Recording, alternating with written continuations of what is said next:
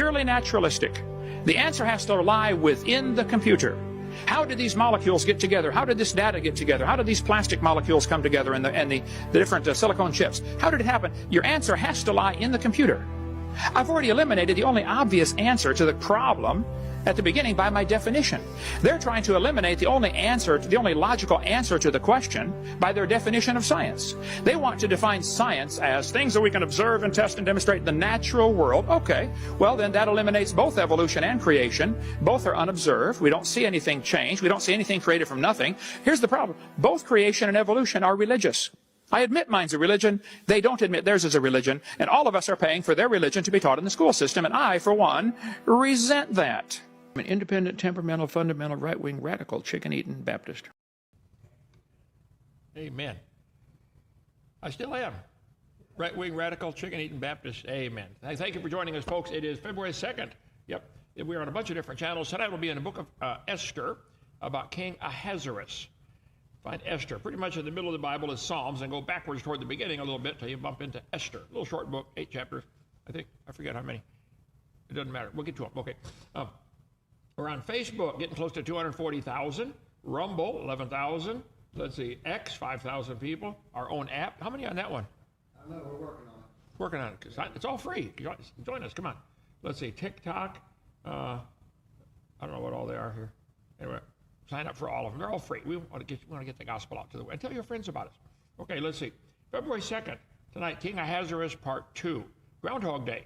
Did you know Punxsutawney Phil, the famous groundhog, saw his shadow today? So what that means is nobody knows what the weather's going to be like. Just keep serving the Lord anyway. It doesn't matter, okay? Punxsutawney Phil. If it's cold, if you don't like the cold in Punxsutawney, Pennsylvania, move. Dinosaur Adventureland, straight north of Pensacola, 70 miles. You know, I just Googled what's the temperature out, got a map. 58 degrees this afternoon when I took the picture. It's going to be colder tonight, but hey, it beats 20 below, okay? Come on down. After 28. April 21st, I got the date right now, is going to be our 10-year anniversary of getting this property donated to us. Come help us finish the ark and plan a trip to join us for a big party we're going to have on the 21st of April. Coming up. Okay, we are independent, independent, fundamental, right-wing, radical, chicken-eating Baptist church, soul-winning, KJV. We believe the Bible is true. Evolution is stupid, real stupid, okay? If you want to join us, come on down. That's the kind of people we are. We believe God made the world in 6 days like he said he did. The earth is not billions of years old, okay? All the fossils, all the layers were made in 1 year in Noah's flood, nearly all. Might be a few stragglers here and there, but nearly all of the layers and all of the fossils were made in that 1 year. The earth is not billions of years old, and fossils do not prove the earth is billions of years old, and there is no fossil record, and there is no geologic column. How's that, atheist? I know that's your Bible, that hurts your feelings. Smallest violin playing your song. So sorry. Okay. We believe the evolution theory is stupid. Okay? There's no scientific evidence for it. Prove me wrong. That's what we're about here.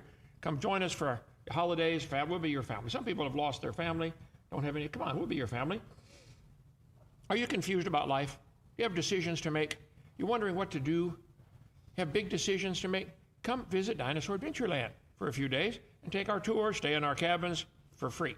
Watch the stars from the sand dune and let God speak to you. It's a great place to hear God speak. Call 855-BIG-DINO, extension 2 to talk to Bobby, extension 3 to talk to me. Bible says one of our jobs is to visit the fatherless and widows in their affliction. When somebody's lost their dad or lost their husband, it's a tough time for them, okay? They need some encouragement. So let's see. Now what? Come stay at DAL for a few days. We've got pastors here with a total, I added it up, Joseph, over 100 years of experience in the ministry. Amen. Right here on staff. Come on down. We'll help. We may not have the right advice, but we'll try, okay? Call Bobby. It's all free. Extension 2, okay? Remember them that are in bonds, okay? Well, Bobby opens the mail. See, we get hundreds of letters from prisoners asking for creation materials, and we send it to them for free, okay? We donate my whole video series to prison chaplains if they call for it. So contact if you got somebody in jail, you know, contact the chaplain. Say, call this number, 855-BIG-DINO, extension 2. They will donate a set of videos if you let the prisoners watch them. We've had hundreds get saved in behind bars watching those crazy videos on science and the Bible. Many hurting people call for help, call for advice, call for prayer. Bobby kind of sorts through all that. 855-BIG-DINO, extension 2. Maybe you got too much noise around you. That's why you can't hear God's voice. come to DAL. In the book of 1 Kings 19, there's a great story. There was an earthquake and a fire and a still small voice. When Elijah heard it, he went out and said, "Okay, Lord, I'm listening." "What doest thou here, Elijah? What are you doing here?" You can hear God. It's amazing out here. You got problems, burdens, decisions. Come sit on the sand dune, watch the stars or sunrise or clouds, and let God speak to you with his still small voice. Sit by the campfire. That's a cool picture with the campfire reflecting off that big old cross, isn't it? Yeah. Yep. Psalmist said it, Psalm chapter 8, "When I consider thy heavens." See, there's the problem. You don't take time to consider the heavens. You're too busy considering the cell phone. "When I consider thy heavens, the work of thy fingers, the moon, the stars which thou hast ordained, what is man that thou art mindful of him?" Just come on. It's cool out here. Not just the cross. I mean, we got 140 acres. That's just one spot to get a loan. God gave this 140-acre property to the ministry for me at a low time in my life. I was fresh out of prison. My wife of 42 years divorced me. Lifetime of ministry assets and museum displays in Pensacola all gone. Come pray and cry with me. There's already a bunch of tears on that sand dune up there. Come on, we'll put some more. Or just sit and let God speak. It's very healing. This is awesome. I saw this someplace. We need one at DAL. Can you read that? The stones will cry out. The stones will cry out. There's nothing written on that. The stones will cry out. Yeah. You can't not see it once you've seen it. Now, all we have here at DAL, all we have here is little tiny rocks, okay? It's a gravel pit, lots of them. We need some big ones. If you got big ones where you live, bring a bunch down. Justin said he can rebuild one of these down here for us. That is so cool, isn't it? I thought it was cool. Anyway, come help us finish Noah's Ark, April 21st, our 10-year anniversary. We need sheetrockers, plumbers, landscapers, painters. Come on down. Lots and lots to do. I got to change that, April 16th. We need a lot of stuffed animals. Get a pair of any kind of animal you can find, send it down here. If I already got one, we'll give it to a herding kid someplace. Let's see, we're hoping to get some of the blacktop done. There's the Noah's Ark right there, 172 foot long. Going to cost a bunch. We still haven't got any bids. I forgot to call today. It's been a busy day, folks, okay? You can call Bobby if you want to help donate toward the blacktop project. Brother, Charles, to some people, 10, 20, 30,000, that's no big deal, I don't live in that world.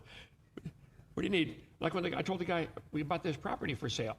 He called me when I got out of prison. He said, "What do you need?" I said, "Well, I'm looking for land to build Dinosaur Adventureland." He said, "Have you found some?" I said, "Well, yeah."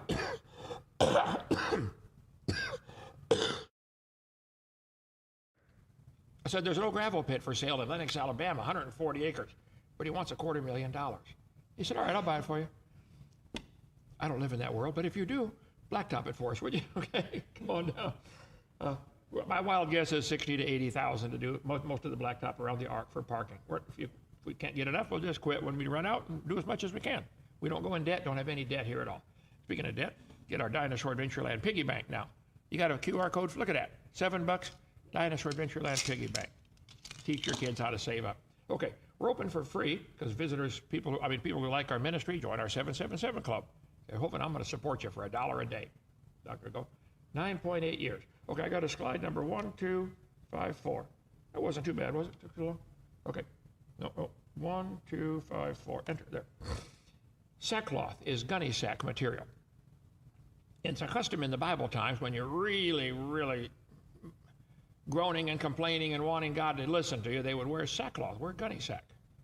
When Mordecai perceived all that was done, this is from yesterday when we talked about, they made a law that all the Jews are going to be killed in December. And Mordecai's a Jew. When he understood everything that happened with this legal stuff, Mordecai rent his clothes and put on sackcloth with ashes and went out into the midst of the city and cried with a loud and bitter cry, and came even before the king's gate. For none might enter into the king's gate clothed in sackcloth, but you can stand outside and protest, okay?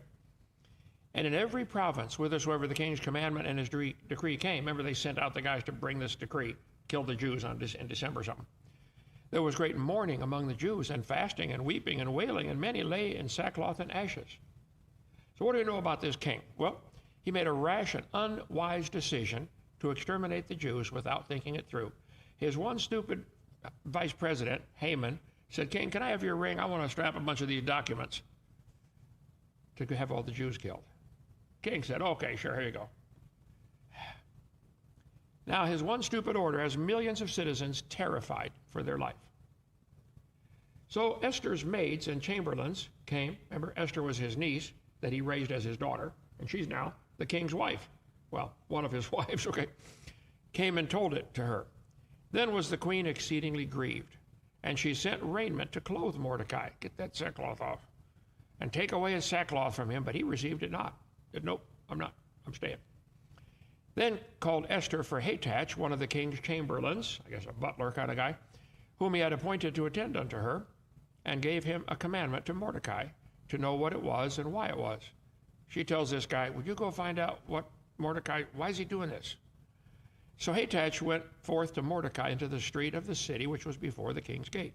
And Mordecai told him all that had happened to him, and the sum of money Haman had promised to pay the king's treasuries for the Jews to destroy him. Almost done with my cough, folks. Another 20 years, okay? Also, he gave them a copy of the writing of the decree, which was given in Shushan to destroy them, to show it to Esther, and to declare it unto her. He's telling his daughter, you don't know what's going on. We're going to be killed. And to charge her that she should go into the king to make supplication to him, and to make request before him for her people. So he's telling this butler, go tell my daughter, go to the king and say, you got to stop this. Hathach came and told Esther the words of Mordecai. Esther spake unto Hathach and gave him commandment to Mordecai. They're sending a message back. This is before they had email, by the way, okay?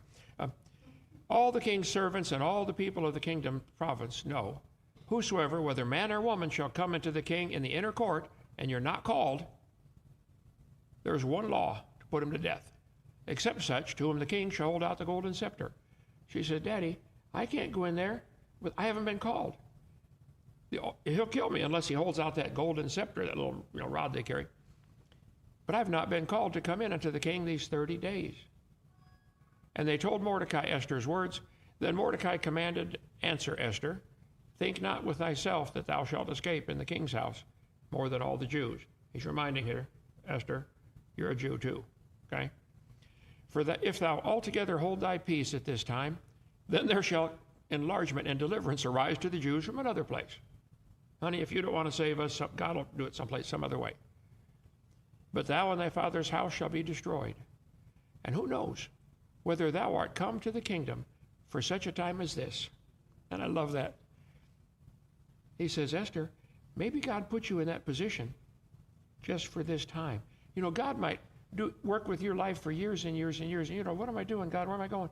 He's preparing you. If you stay alert, all of a sudden, poof, there it is. 2 Corinthians chapter 1, Paul said sometimes things happen to you so that it prepares you for a ministry to help other people. If you get your arm cut off, you learn to live with one arm, and you don't like it, now you're qualified to start a ministry for one-armed people. You can say, I know how you feel. I've been there myself. You've been divorced, you start a ministry for divorced people because you've been through it. You've been robbed, you can start a ministry for people who've been robbed. I don't like going through those things, but God does that to prepare you. And that's what we said here. Esther, maybe God put you there for this time. Then Esther bade them return Mordecai this answer. Back and forth. This is pigeon. They don't carrier pigeon or. There's lots of videos and books with that title, For Such a Time as This. It's such a great thought. There's even a song, For Such a Time as This. For such a time, I don't know what God's preparing you for. Man, when I was teaching high school 15 years, I didn't know God was preparing me for this. Yeah. When that neighbor kid asked if I wanted to take the paper, and I said, no, I don't have a parakeet. And I wrote my first ever letter to the editor about the dinosaurs living with man and started a war in Pensacola and had my first debate. I never dreamed God was preparing me for this. Joseph, did you know God was preparing you for what you're doing? What do you do anyway? Okay, let's see. Then Esther bade them return to Mordecai. Go, gather all the Jews together that are present in Shushan, and fast for me, and neither eat nor drink 3 days, nights, day or night. And I also and my maids will fast likewise, and so will I go in unto the king, which is not according to the law. And if I perish, I perish. Esther said, pray for me. I'm going to go in there. I know the law. The law is you're going to be killed unless the king holds out the golden scepter. There's a lot of books and movies and stuff on this. If I perish, you just get committed. I'm going to do this if it kills me. That's a commitment you got to have. If I perish, I perish. People use that for a lot of songs and stuff too. Anyway, now it came to pass the third day, Esther put on her royal apparel and stood in the inner court of the king's house, over against the king's house. So she went on in. And the king sat on his royal throne in the royal house over against the gate of the house. And it was so, when the king saw Esther the queen standing in the court, she obtained favor in his sight. And the king held out to Esther the golden scepter that was in his hand. So Esther drew near and touched the top of the scepter. Then said the king to her, what wilt thou, Queen Esther? What is thy request? It shall be given thee even to the half of the kingdom.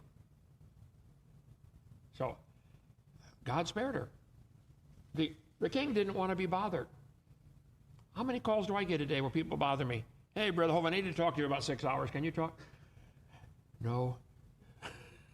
I'm sorry. Okay. Esther answered, if it seem good unto the king, let the king and Haman, he's the guy that got the bad order to kill him, come this day to the banquet that I prepared for him. Then the king said, cause Haman to make haste, that he may do as Esther has said. So the king and Haman came to the banquet that Esther had prepared. And the king said to Esther at the banquet, what is thy petition? And it shall be granted thee. And what is thy request? Even to the half of the kingdom, it shall be performed. He must have really loved that lady, okay? Some women just go ahead and take their half. They don't ask for it, okay? Then answered Esther and said, my petition and my request is, if I found favor in the sight of the king, and if it please the king to grant my petition, to perform my request, let the king and Haman, she's setting all this up, okay, come to the banquet that I shall prepare for them, and I will do tomorrow as the king has said. King, come one more day. Have another party tomorrow. Then went Haman forth that day joyful and with a glad heart. This guy's called a narcissist. He loves the attention, okay? But when Haman saw Mordecai in the king's gate, that he stood not up nor moved for him, he was full of indignation against Mordecai. He hated that guy. Nevertheless, Haman refrained himself, and when he came home, he sent and called for his friends and Zeresh, his wife. And Haman told them of the glory of his riches. Told his wife and family, look how rich I am and how important I am, okay? And the multitude of his children, and all the things wherein the king had promoted him, and how he had advanced him above all the princes and servants of the king. And Haman said, moreover, yea, Esther the queen did let no man come in with the king unto the banquet that she had prepared, but myself. I got invited in. And tomorrow am I invited also unto her also with the king. He's proud of himself, okay? Yet all this availeth me nothing, so long as I see Mordecai the Jew sitting at the king's gate. Poor guy. That one little Jew made him upset. Then said Zeresh his wife and all his friends, let a gallows be made 50 cubits high, be about 80 feet tall. The big gallows, okay? And tomorrow speak thou to the king that Mordecai may be hanged thereon. Then go thou in merrily with the king into the banquet. Go ahead and hang that guy first, and then go on into ask the king if you can hang him. And the thing pleased Haman, and he caused the gallows to be made. On that night could not the king sleep. And he commanded to bring the book of records of the Chronicles. It's one of those boring books that you read to put yourself to sleep. How many have ever had one of those? You start reading and, right, okay. And they were read before the king. That's the list of all the things that happened.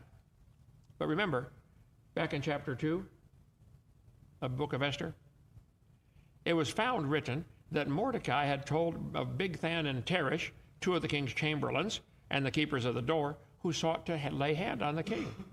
These guys were going to kill King Ahasuerus, plot to assassinate him, and Mordecai heard it and told the king. And they wrote it in the book of the Chronicles. That's all back in chapter 2.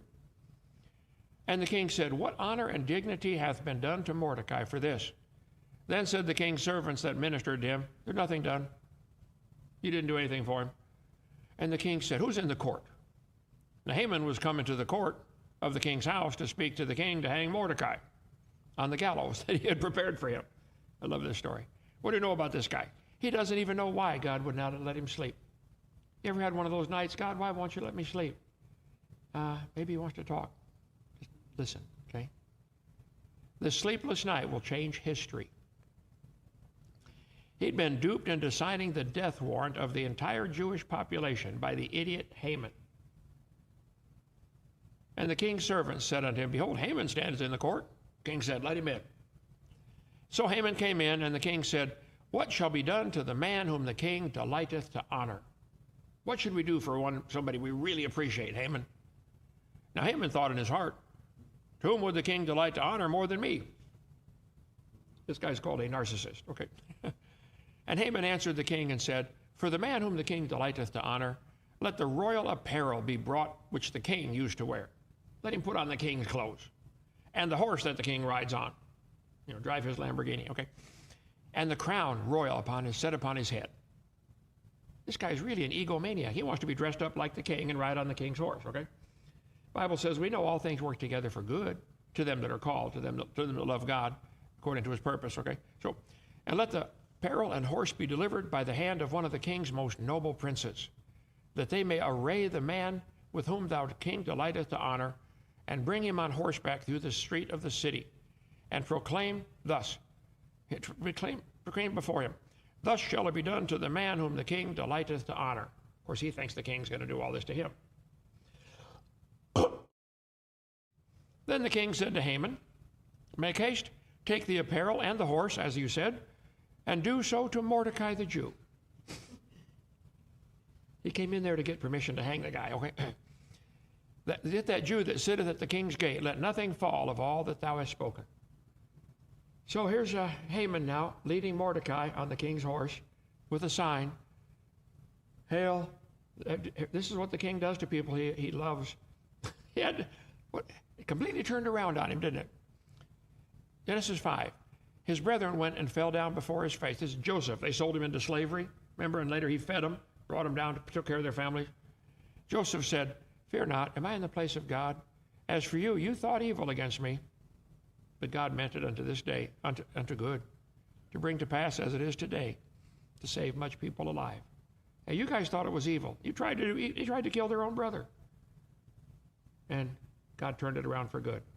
Haman wanted to kill Mordecai, and God turned it right around on him. Anyway, then took Haman the apparel and the horse, and arrayed Mordecai, and brought him on horseback through the street of the city, and proclaimed, thus shall it be done unto the man whom the king delighteth to honor. I wonder if he was cheerful he was saying that. Probably not, okay. And Mordecai came again to the king's gate, but Haman hasted to his house mourning, having his head covered. He's embarrassed. And Haman told Zeresh his wife and all his friends everything that had befallen him. Then said his wise men and Zeresh his wife unto him, if Mordecai be of the seed of the Jews, before whom thou hast begun to fall, thou shalt not prevail against him, but thou shalt surely fall before him. Brilliant advice, guys, okay? And while they were yet talking with him, came the king's chamberlains, and hasted to bring Haman to the banquet. Remember, day 2. Hurry, Haman, get ready for the banquet. He wanted to hang Mordecai that morning and go cheerfully to the banquet. Now he's going in, oh, brother, my plot failed, okay? So the king and Haman came to the banquet with Esther the queen. And the king said again unto Esther the second day at the banquet of wine, what is thy petition, Queen Esther? And it shall be granted thee. And what is thy request? And it shall be performed, even to the half of the kingdom. Then Queen Esther answered and said, if I found favor in thy sight, O king, and if it please the king, let my life be given at my petition, and my people at my request. King, save my life. For we are sold, I and my people, to be destroyed, and be slain and to perish. But if we had been sold for bondmen or bondwomen, I had held my tongue. I wouldn't have told you, king. Although the enemy could not countervail the king's damage. Then the king answered and said unto Esther the queen, who is he and where is he that durst presume in his heart to do so? Who's trying to kill you? Guess who? Esther said, the adversary and enemy of this wicked is this wicked Haman. Then Haman was afraid before the king. Hey, king, there's our enemy sitting at the table. wonder how Haman felt about that. I wonder if he had to change his underwear after all that. Okay, that's it. And the king, arising from the banquet of wine in his wrath, went into the palace garden. He had to get out of there and think for a minute. And Haman stood up to make request for his life to Esther, the queen, for he saw that there was evil determined against him by the king. Yeah, you're in trouble, Haman. Then the king returned out of the palace garden into the place of the banquet of wine, and Haman was fallen upon the bed where Esther was. Now you got to understand, in those days when they had a banquet, they would eat laying down on a bed. Had the table right there, had couches. You see a lot of pictures of this in the old days. That's how they'd have their banquet. Because how many of you ever got real tired after you pig out? You're already laying down. You're taking a nap. Okay. So he fell on the bed where she was laying. Then the king said, will he force the queen before me in the house? As the word went out of the king's mouth, they covered Haman's face. He don't get to say nothing. And Harbona, one of the king's chamberlains, said before the king, behold, also the gallows 50 cubits high, which Haman made for Mordecai, who has spoken good to the king, standeth in the house of Haman. Then the king said, hang him thereon. I love this story. So they hanged Haman on the gallows that he had prepared for Mordecai. Then was the king's wrath pacified. The wrath of the king is as messengers of death in the Bible. The king's wrath is as a roaring lion. Now in the book of Hebrews we see where Moses did not fear the king's wrath. He was raised in Egypt. He knew what the king could do. He said, Lord, I'm going to serve you. Read Hebrews 11, the great faith chapter. Anyway, so here we have a problem. One problem solved. Mordecai's not going to be killed. Haman's dead. What about the bigger problem? What about the problem of all the messengers who've been sent out to all 127 provinces to kill all the Jews in December? Those guys have been traveling for quite a while now. How are you going to catch up? It's not like an email, you know. They're on camels or horseback. What do we do? Big problem. How on earth can God possibly fix this problem, for heaven's sake? Not even God can possibly fix this problem. We're doomed. There's no hope. Anybody ever felt that way? This problem can't be fixed, Lord. What are you going to do? Cover that tomorrow night. See you then.